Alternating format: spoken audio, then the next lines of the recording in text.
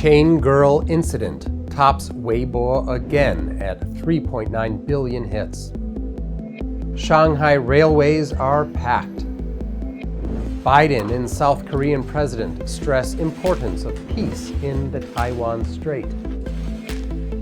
Apple considers production outside of China.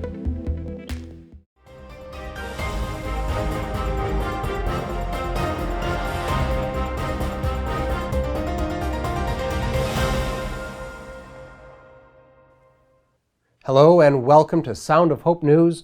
I'm Liam O'Neill. Here are your May 24th China Briefs. Earlier this year, images captured of a disheveled woman chained inside a building went viral in China, along with discussions about victims of human trafficking. Dubbed the Chain Girl, the topic recently went viral again. Weibo recorded 3.9 billion searches. On May 22nd alone, nearly 41 million searched for the topic and generated 82,000 discussions. Netizens expressed, "None of us have forgotten. Thank you all for bravely speaking out."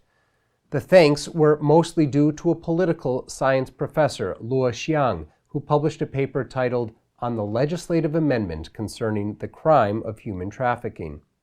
The article stated that the crimes of abducting and trafficking women and children are common. However, the penalties for the two crimes are seriously imbalanced and are inconsistent with the principle of same crime, same punishment.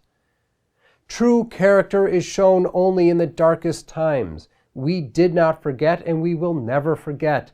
They can shut us up online, but they will not wipe out our conscience. These were among thousands of comments written in support of the paper. Many netizens questioned why the issue seemed to go away so soon. "Is the Chinese media dead and you call yourselves journalists?" expressed one. "Has Fengxian County become an independent country not subject to laws of China?"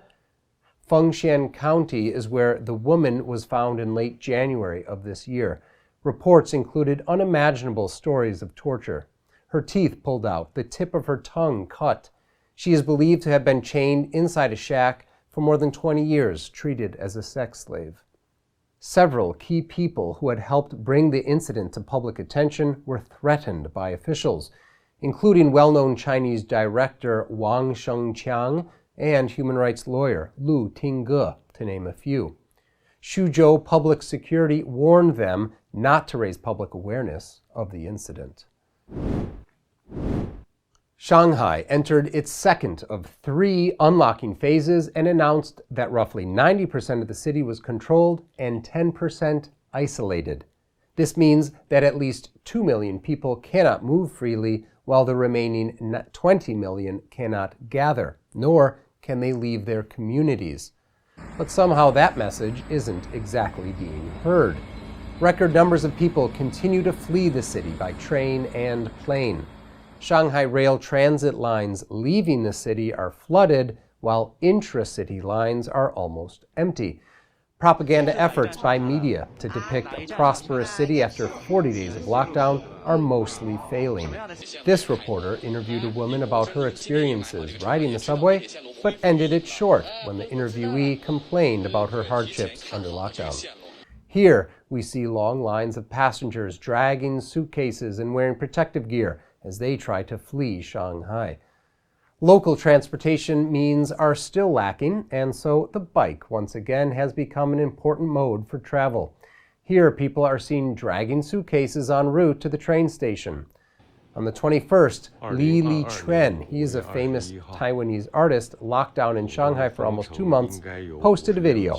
He marveled at how empty the city had become, saying, "In truth, a sight like this hasn't been seen in 700 years. Another man from Shanghai walked for nearly 11 hours in heavy rain to Pudong Airport after the lockdown was eased. He took a flight to Japan the following day and arrived at his destination smoothly. President Joe Biden met with South Korean President Yoon Suk-yeol over the weekend on his first trip to Asia, and specifically mentioned Taiwan.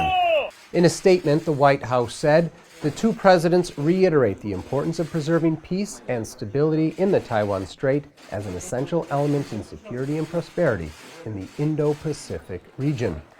They also shared their mutual concerns, quote, regarding human rights situations in the Indo-Pacific region. The talk will have angered Beijing. Last week, Beijing threatened the White House that the president should specifically not talk about Taiwan, as the U.S. has the wrong understanding of the matter. Biden and Yun also expressed their commitment to international law and to freedom of navigation and overflight.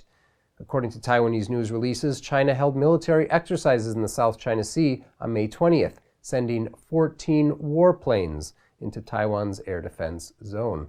It's believed that the military drill was connected to Biden's 6-day Asia trip and his attempt to strengthen alliances to confront China.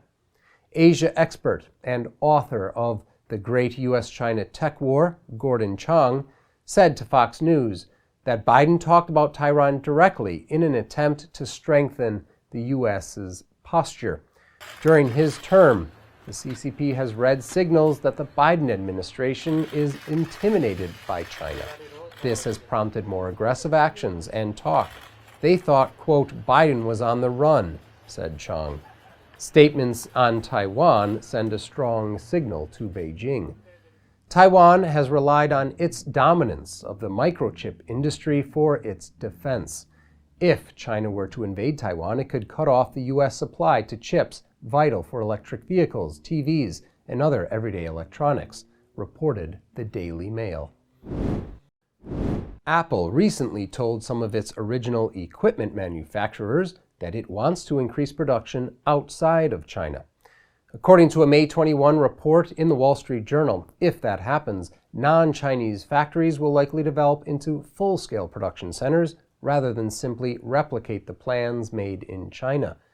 Sources close to the situation said that India and Vietnam are already production bases for a small portion of Apple's global products. They are among the top alternatives to China. Apple is said to believe that manufacturing in India is the next closest thing to China because of its large population and low costs. Taiwan-based phone assemblers Foxconn and Wistron have already set up factories in India to make iPhones, mainly for the country's domestic market. Apple sales in India are growing rapidly. The company began Indian production of the iPhone 13 in April. Expansion in India, however, is hampered by strained relationships between Chinese assemblers and Indian factories, sources close to the matter reported. This is causing the Chinese manufacturing contractors to look more towards Vietnam and other Southeast Asian countries. As the largest U.S. company by market capitalization, any move by Apple to increase production outside of China could influence the thinking of other Western companies, the report said. In addition to the zero-COVID lockdowns, the CCP's recent tightening of regulations on technology giants has created uncertainty among foreign companies, dampening investor confidence. And that's all we have for China Briefs today. Please click like and subscribe for more China Daily News. Thanks for joining us.